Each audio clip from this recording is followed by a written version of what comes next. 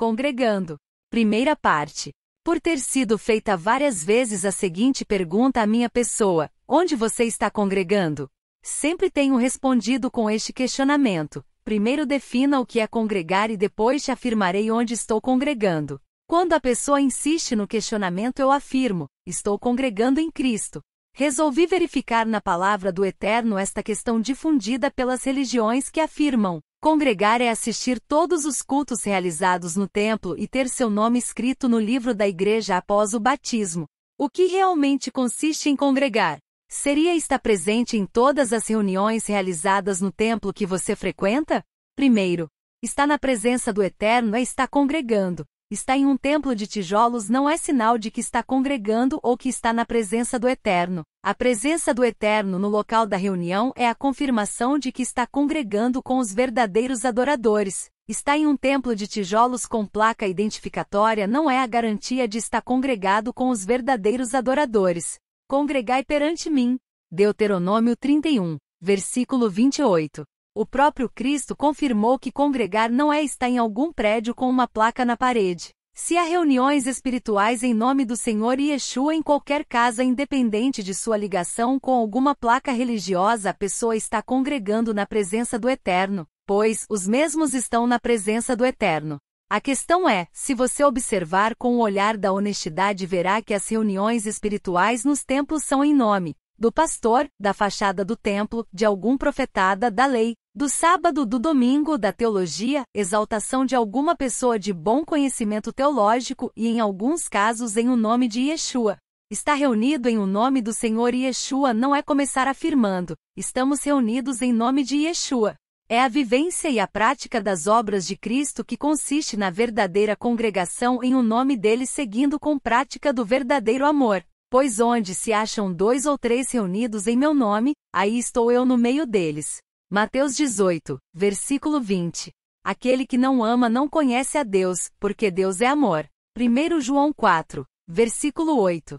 Segundo, os que estão realmente congregando na presença do Eterno não são pessoas filiadas a alguma denominação religiosa, e sim, os santos, que são as pessoas que seguem o Cordeiro do Eterno e jamais regulamentos de alguma religião. Assim, há necessidade de uma congregação em um templo físico de concreto?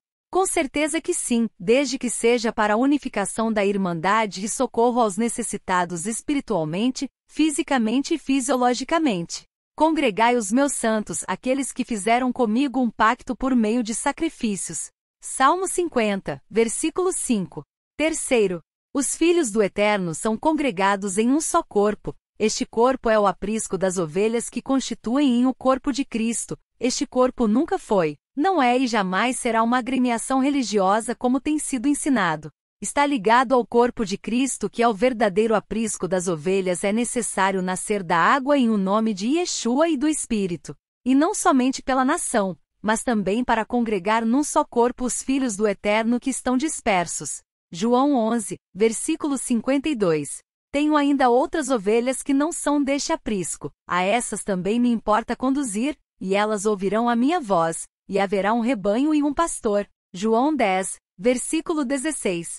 Quarto, não confundir instituição religiosa com igreja. Alguns pensam que biblicamente a igreja é um templo feito de tijolos concreto. Outros pensam que a Igreja do Eterno é uma instituição religiosa organizada com um centro administrativo mundial e com registro em cartórios. Deus jamais teve ou terá uma igreja na terra com registros em cartórios, fábricas, escolas, rádios, TV ou luxuoso e climatizado. Nunca foi o propósito de Deus ser assim, são as invenções religiosas que inverteram os ensinamentos de Deus. Basta crermos nas Escrituras e conhecerás a verdade sobre a igreja. Não deixando a nossa congregação, como é costume de alguns. Não deixemos de reunir-nos como igreja. Hebreus 10, versículo 25. Quinto, a verdadeira congregação do Eterno, onde estão os eleitos, justos e salvos em Cristo, são compostos por verdadeiros adoradores, e esta congregação é em Cristo, ou seja, congregar em verdade é estar em Cristo e jamais simplesmente estar registrado a uma instituição religiosa. De tornar a congregar em Cristo todas as coisas, na dispensação da plenitude dos tempos, tanto as que estão nos céus como as que estão na terra. Efésios 1, versículo 10. Sexto, Congregar é estar reunido em um só corpo que é o de Cristo e jamais está submisso a uma placa religiosa e seus dogmas. E não somente pela nação, mas também para reunir em um corpo os filhos do Eterno que andavam dispersos. João 11, versículo 52.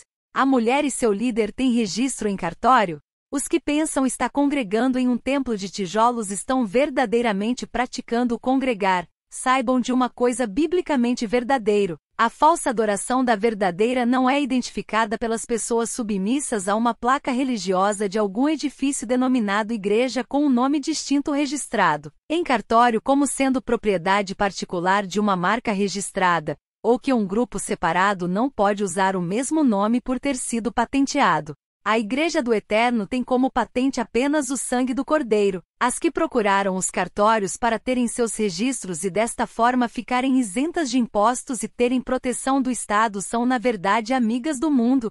Os verdadeiros adoradores não estão em paz e não fizeram acordos com o Estado para terem proteção ou garantias institucionais.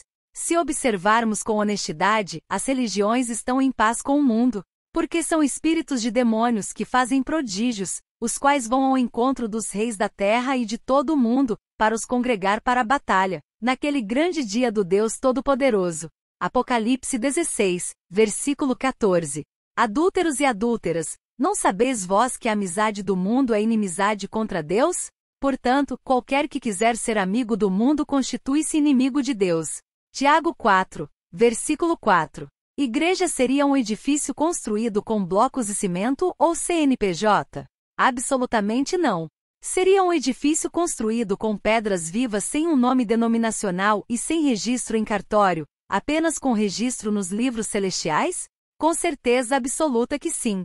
Também vós mesmos, como pedras que vivem, sois edificados casa espiritual para ser de sacerdócio santo, a fim de oferecer de sacrifícios espirituais agradáveis a Deus por intermédio de Yeshua Cristo. 1 Pedro 2, versículo 5. Estas pedras vivas são chamadas de santos e são membros da família do Eterno, e são conhecidas pelos frutos que produzem e jamais por uma placa identificatória. Assim, já não sois estrangeiros e peregrinos, mas concidadãos dos santos, e sois da família do Eterno, edificados sobre o fundamento dos apóstolos e profetas, sendo ele mesmo, Cristo e Yeshua, a pedra angular, no qual todo o edifício bem ajustado, cresce para santuário dedicado ao Senhor, no qual também vós juntamente estáis sendo edificados para a habitação do Eterno no Espírito. Efésios 2, versículos 19 a 22. A palavra grega traduzida como igreja significa literalmente chamado para fora e assim refere-se a um grupo de pessoas chamadas para saírem do pecado no mundo e servirem ao Eterno. A igreja não é nenhum tipo de instituição ou objeto impessoal. É um corpo constituído de componentes vivos. Como um organismo vivo, a igreja pode sentir medo Atos 5, versículo 11 pode orar Atos 12, versículo 5 e pode falar Mateus 18, versículo 17. Pessoas que são chamadas para saírem do pecado não continuam participando do mal no mundo com suas atitudes ou votos em políticos corruptos ou políticos que defendem a destruição dos valores bíblicos porque elas estão santificadas e separadas do pecado. João 17, versículos 14 a 23, Colossenses 1, versículo 13, 1 Pedro 2, versículo 9, 1 João 4, versículos 5 e 6. Deus chama o povo para deixar o mal deste mundo através da mensagem do Evangelho segundo Tessalonicenses 2, versículos 13 e 14. Aqueles que são convertidos verdadeiramente a Cristo são chamados santos. 1 Coríntios 1, versículo 2, Colossenses 1, versículos 1 e 2. Entender o conceito bíblico de igreja como um corpo de pessoas chamadas para fora do pecado para serem santos, ajuda-nos a apreciar a riqueza da descrição de Paulo da Igreja do Eterno, a qual ele comprou com o seu próprio sangue. Atos 20, versículo 28. Yeshua não morreu para comprar terra e edifícios, nem para estabelecer alguma instituição religiosa ou educacional. Ele morreu para comprar as almas dos homens e mulheres que estavam mortos no pecado, mas que agora têm salvação e esperança de vida eterna. Romanos 5, versículo 8. 1 Coríntios 6, versículos 19 e 20. Continua.